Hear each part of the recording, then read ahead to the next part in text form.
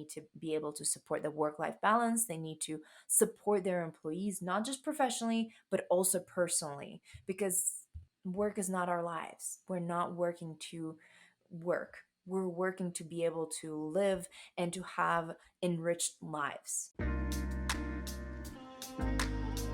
Hello, stereotype breakers, and welcome to yet another episode of the Meaningful Conversations podcast. Today's topic is job searching, the job searching process, and the questions that I recommend asking the interviewer, the employer, to do your own research. The reason why it's important to do is not just because you are expected to, and by asking some smart questions, you will get some brownie points. Okay, maybe that's important, but the thing is, the most important thing is for you to do your own research, because job application processes, job searching processes, job matching processes, they're all about a two-way match. It's a two-way street. Not only does the company need to find a good fit and try to see if you're a good fit for them, but you also need to see whether this company, this role, is a good fit for you, for your lifestyle, for your goals, for what you find interesting, for your life, for your career, for your work-life balance. You are basically trying to do your research. You're trying to assess whether this is a good fit for you.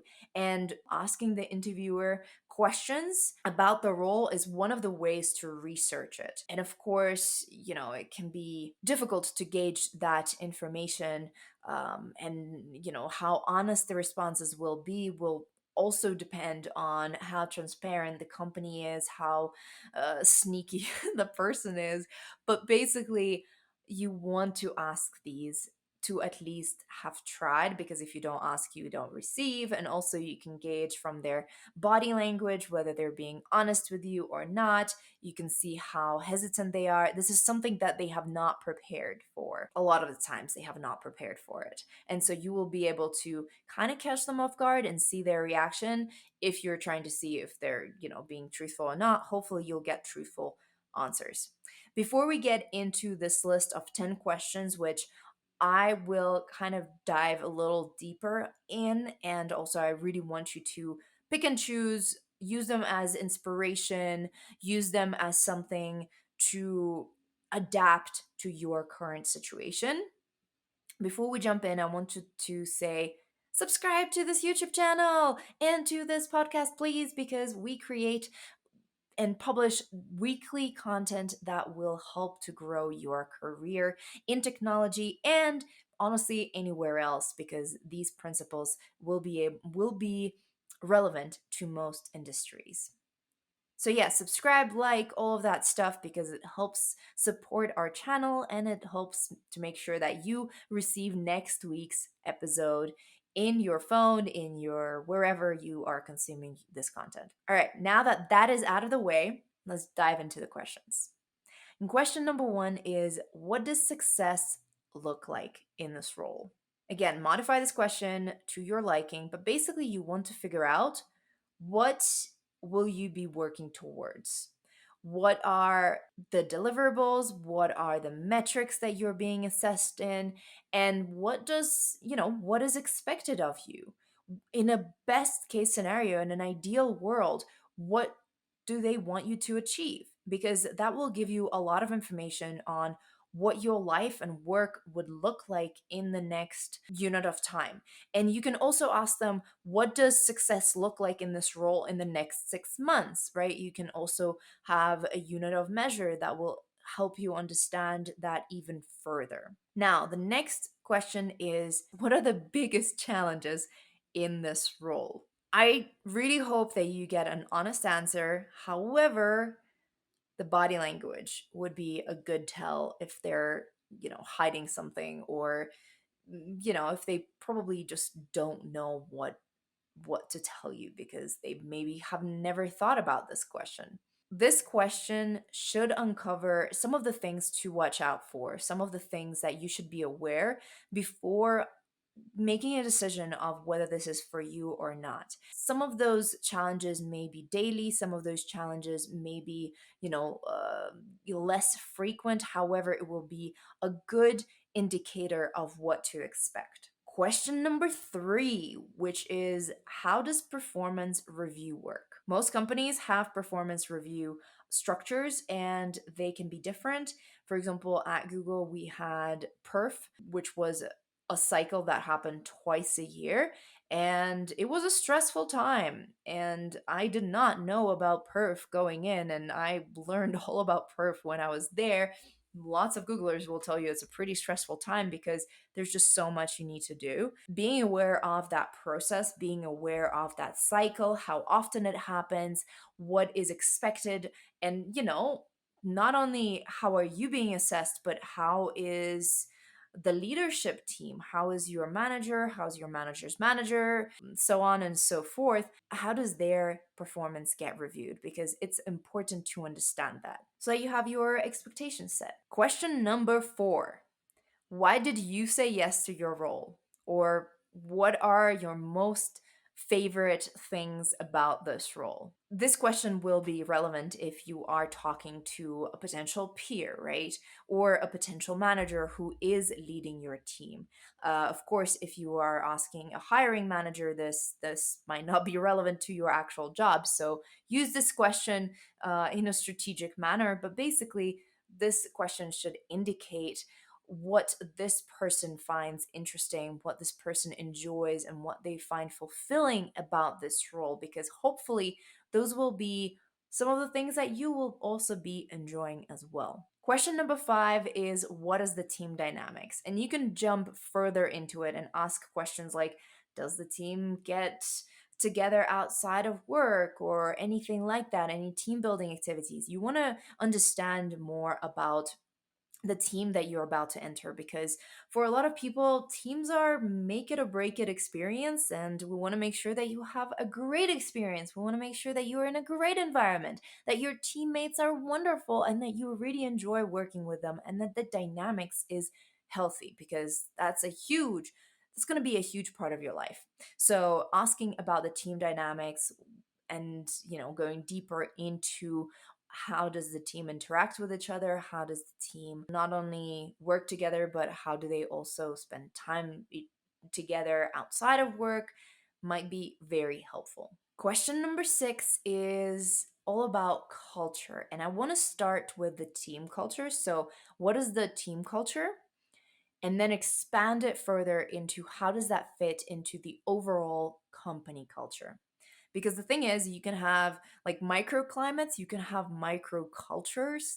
We definitely had that in some of the teams that I've worked in throughout my career. So, microculture, and then to see how that puzzle fits the bigger picture of the company. Because the company can be talking about a certain culture, but the team may have a microculture, and you want to make sure that you talk about it, that you are aware of it. And again, you might not get the full picture, but you will get this person's reaction. And the less generic your question is, the more likely you are to get a response or get a reaction that's not been staged or rehearsed. So you will get insights just from the reactions alone. Question number seven is relevant for anyone who is a minority or who cares about the diversity of a company. You can ask the person interviewing you whether there are any minority clubs or meetups within the organization. And again, see how they react and listen to what they have to say, because some companies have a very thriving culture, thriving minority culture. That's what we had at Google, actually. That was my personal experience. We had so many different clubs within Google, and we had meetups, we had events, we had, I don't know, lots of different things that were being organized by the members of that minority club. And it was awesome. So ask the person who is interviewing you or who has finished interviewing you whether those exist. And, depending on what you need, make your own conclusions. And also, of course, you can be specific about the type of minority club that you're looking for. For example, women, right? That's a minority club that I would straight away go for and I would ask for. Or, whenever I do have a child, I'd be looking for moms, a mom club and all that stuff. So basically, you can tailor it relevant to whatever minority group you identify with. Number 8. Do you feel supported by the company personally and professionally? Again, this will probably not be, gonna be question that is relevant to someone who is a hiring manager, who is external to the company, or anything else. You want to make sure that you are asking the person who will be on your team or who will be related to your team. But basically, this question or the answer to this question will indicate whether the company cares about its employees and supports them. And notice how we're talking about both professionally, because professional support is one thing, but personally is also an interesting shift in dynamics, because more and more companies are starting to recognize that people are not working for them to work. They're working for them to live, and they need to be able to support that lifestyle. They need to be able to support the work life balance. They need to support their employees, not just professionally, but also personally, because work is not our lives. We're not working to work. We're working to be able to live and to have enriched lives. Question number 9, which honestly should have probably been earlier in my list, but what does the day to day in this role look like? A very simple question, and actually, I do think I've asked that question during my Google interviews, because, it helps you understand what the average day looks like and understand what you are getting yourself into, what your colleagues will be kind of expecting, what kind of behavior your colleagues will be kind of expecting off of you. And yeah, it just tells you a lot about the day to day stuff that you will be expected to experience. And finally, question number 10 is, how does this role contribute to overall company goals? This is an interesting one because, again, we are taking this role and zooming out into the bigger picture of the company, into the bigger context. And it's very interesting how the role fits into this overall overarching picture. It's very interesting to zoom out. It's very interesting to see what impact you would be having on the organization, on its overall goals, and it will probably shed some insight on, the importance of this role, etc., and all of those different things. This is one of the questions that could also signal that you're a person who is interested in growth within the company, who is interested in things and seeing the bigger picture, and it might signal that you are, it's one of those like goody two shoes questions, essentially the smart question that might make the person that you are talking to, I don't want to say think better of you, because they already should think well about you, but it might make them take a step back and think about that. Yeah, it's just one of those questions that may impress them. Essentially, that's what I'm trying to say. Uh, I hope this list has been useful. Let me know if any of these you've already encountered, if you've already asked them. I know you have, so leave them in the comment below. If you have any other additional ones, or any improvisations, or any questions that you created that stemmed in these questions as inspiration, let me know in the comments. Super curious to find out what your experience has been like. And yeah, if you have any other thoughts, let me know as well in the comments. Or if you're listening to this podcast, not to this YouTube video, then shout us out on social media. Tag us at Stereotype Breakers or Stereotype Brookers on Twitter so that we can see what you're saying. Super curious to hear your thoughts.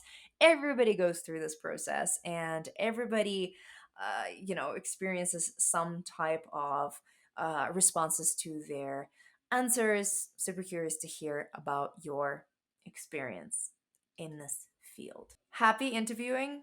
Good luck. I hope you find the best fit for you, not just the best fit for them. And make sure you follow, you subscribe to this channel, you follow this podcast on the platform of your choice. Of course, we can also be friends on other social media. You can find us as Stereotype Breakers, and we're always listening. Always, always, always. So tag us, comment, all that stuff. We're here. Thank you for being here and spending this time with me. Have a wonderful time of the day you're currently experiencing. Bye.